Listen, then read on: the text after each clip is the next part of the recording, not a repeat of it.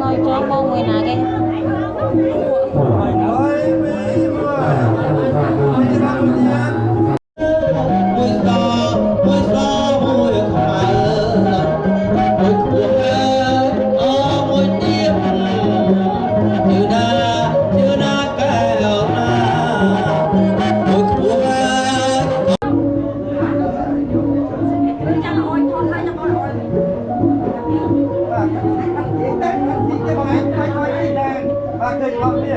ba tập 35 rồi nhé. Hai mươi người xong mới nhé.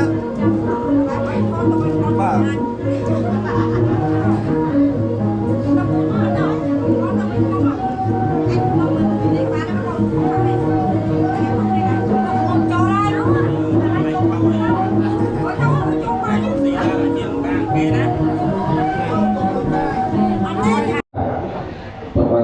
Lấy công trình hình lộc cho nó một thứ nữa. Dạ. trong Hãy